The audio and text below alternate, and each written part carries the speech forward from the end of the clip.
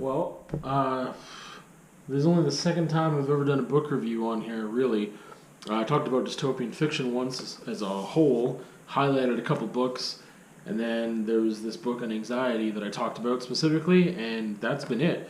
But I just finished this today and felt the need to talk about it, to promote it, to discuss it.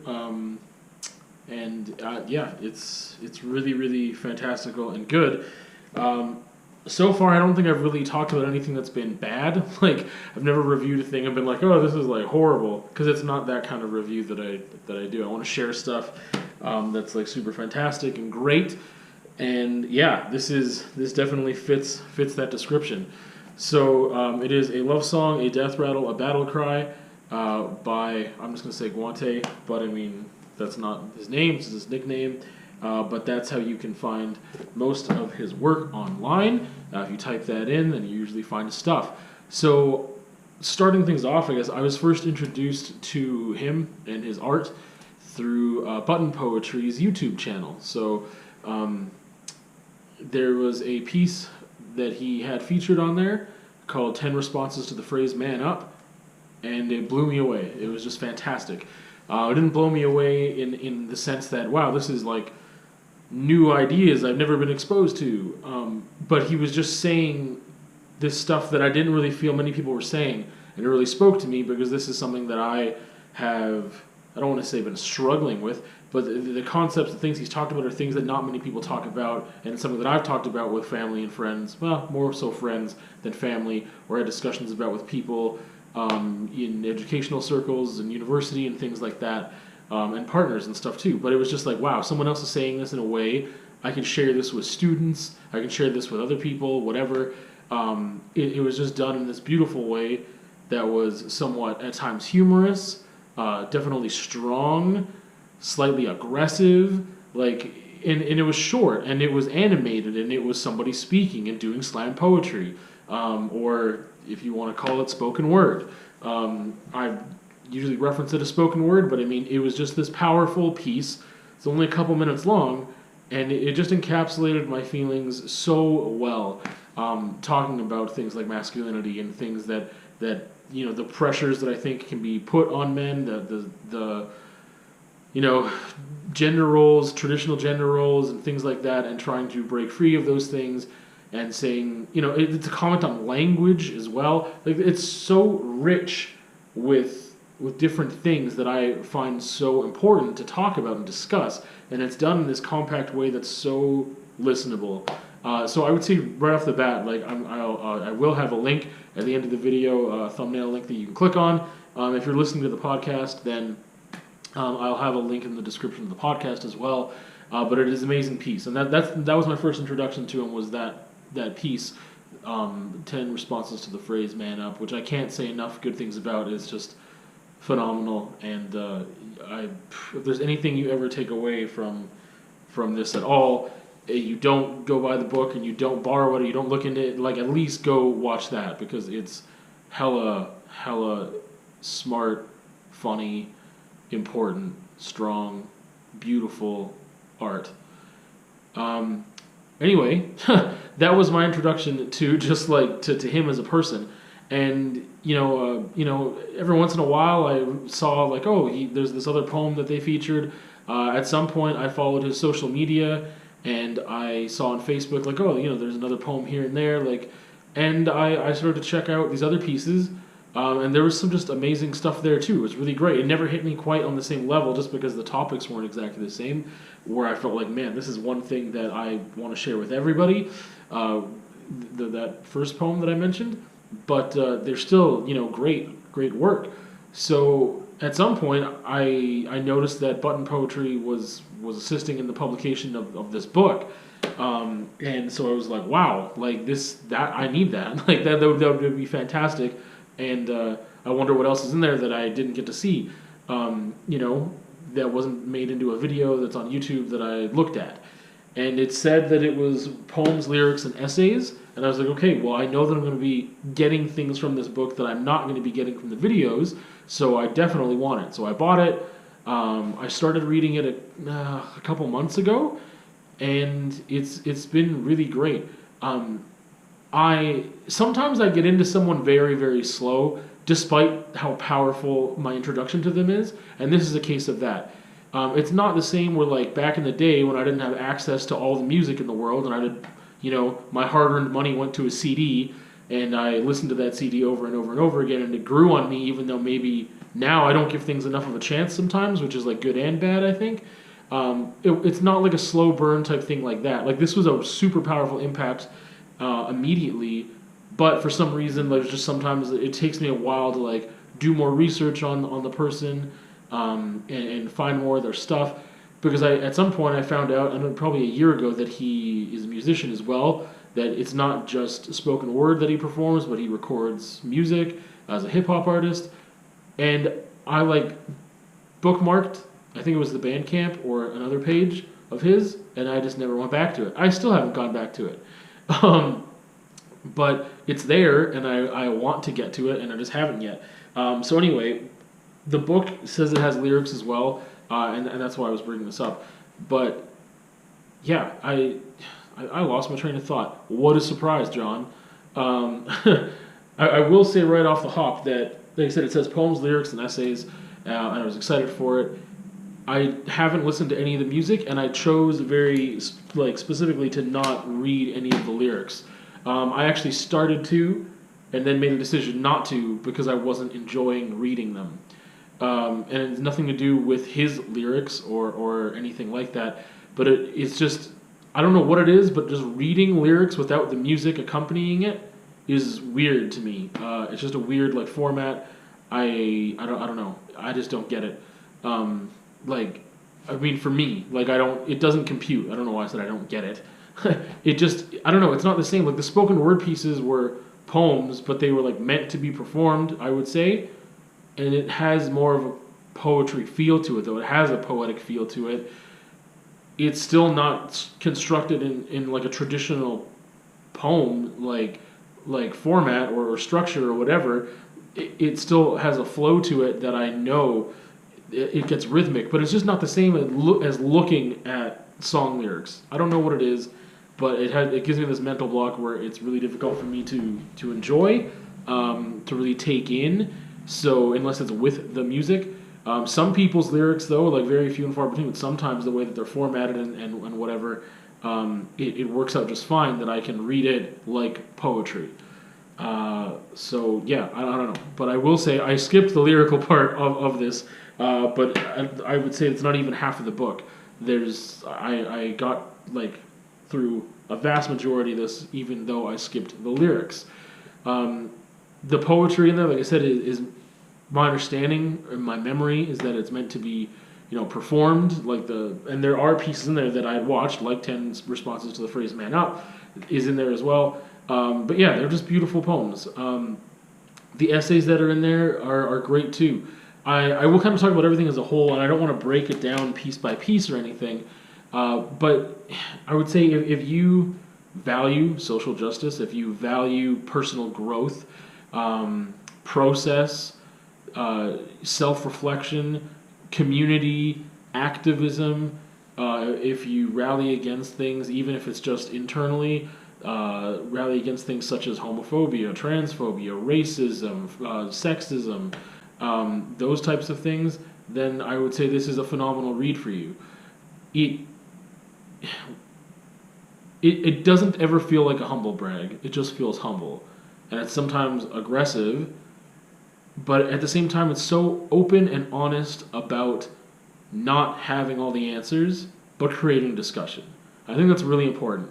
A lot of people, myself included, feel like, yeah, that's... If he didn't blatantly say it, I still would have understood that. But it is said very often throughout the book that I don't have all the answers. This is meant to spark discussion. This is meant to open things up. This is not the Bible telling you what is right and what is wrong, and that's it. It's a guide, and the thing is that he's very transparent about this is the process I'm going through right now. That this isn't just, it's not just like, hey, it's my opinion, you can take it or leave it, and it's okay. It's not just that. It's like, yo, I'm going through the process right now, and these are my thoughts at this moment, and maybe that'll change even a little bit, and I'm open to hearing other thoughts. And I think that's really important because this never felt like, even the essays, it just never felt like someone was hammering something down my throat. There's things at times where I didn't 100% agree or feel like I was on board 100% or whatever, but this book is supposed to be challenging. He's challenging himself, and he's challenging his audience, and that is what great art should do, and that's what I feel great art should do. That's what I feel anything great should do is challenge and also be open to being challenged, and those are the best kind of people, I find. Something that I strive to be, and I'm not open to being challenged nearly enough as I challenge other people. And if you know me, then you know that, and you can laugh along with me. But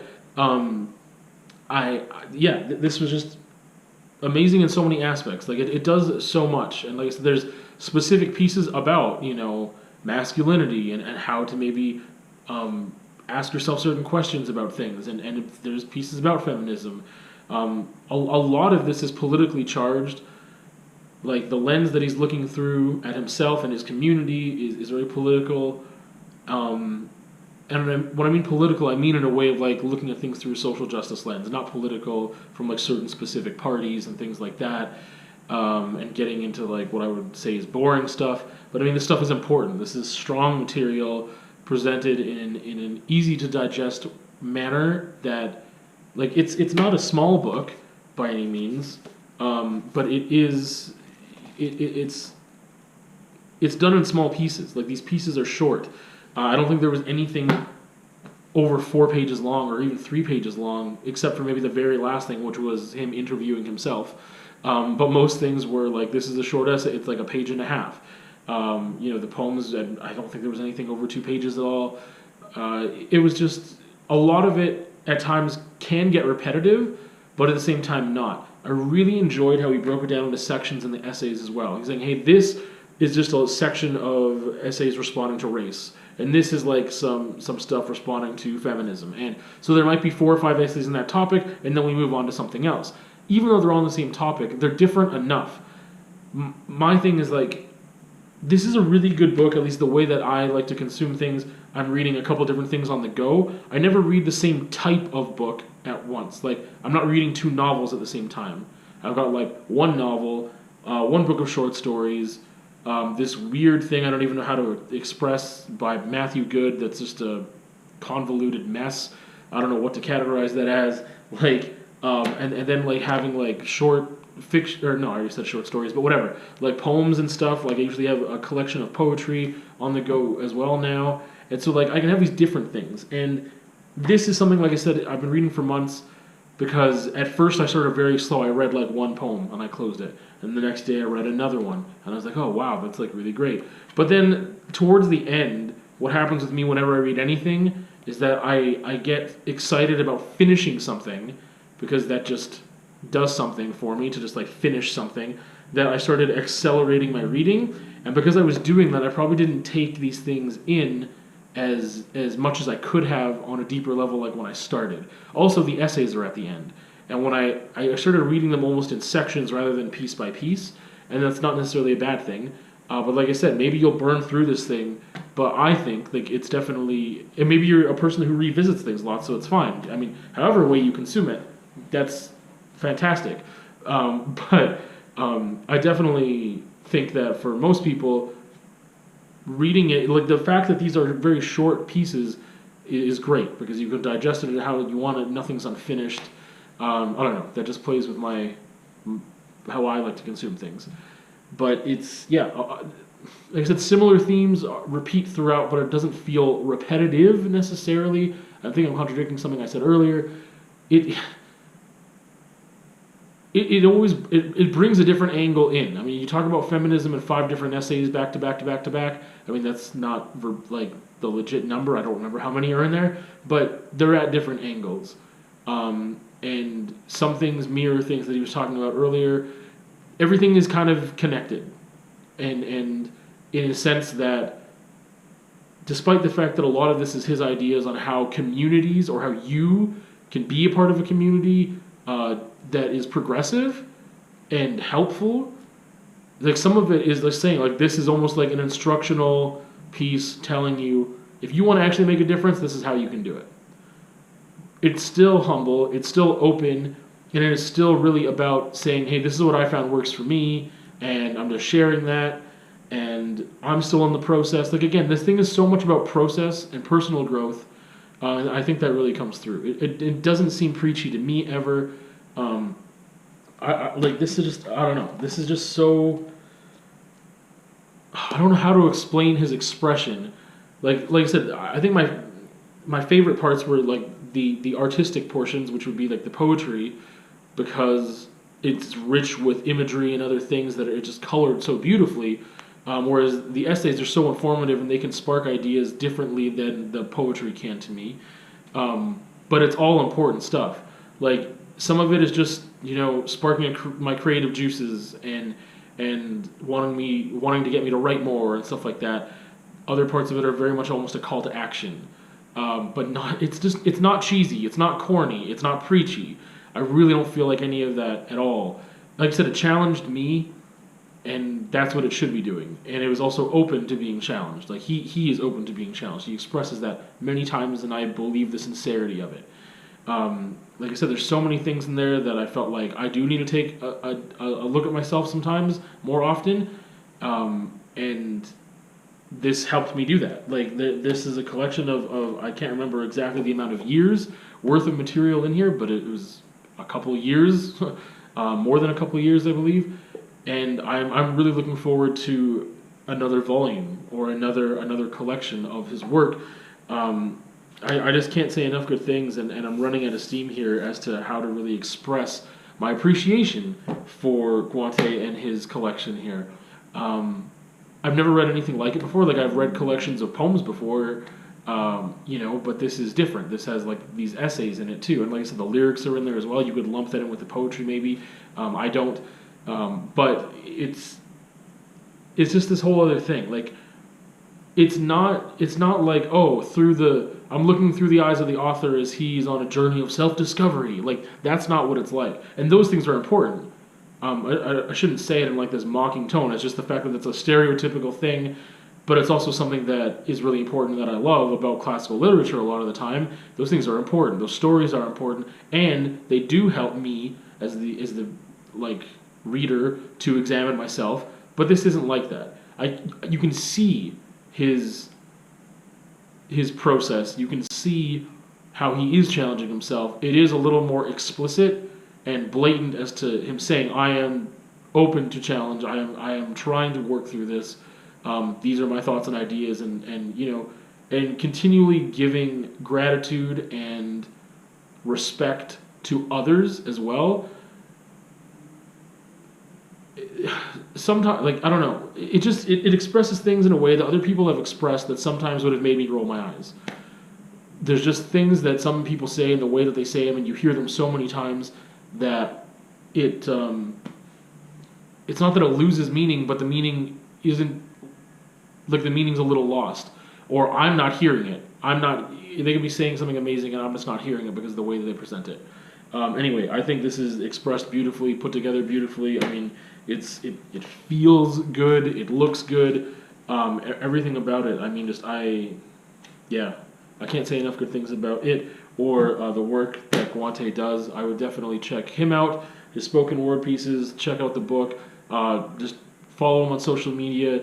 He just seems to be a very genuine, sincere person wanting to push culture forward and be progressive and be open to listening to people, to being challenged, to challenging others. I think it's just fantastic. See you another time.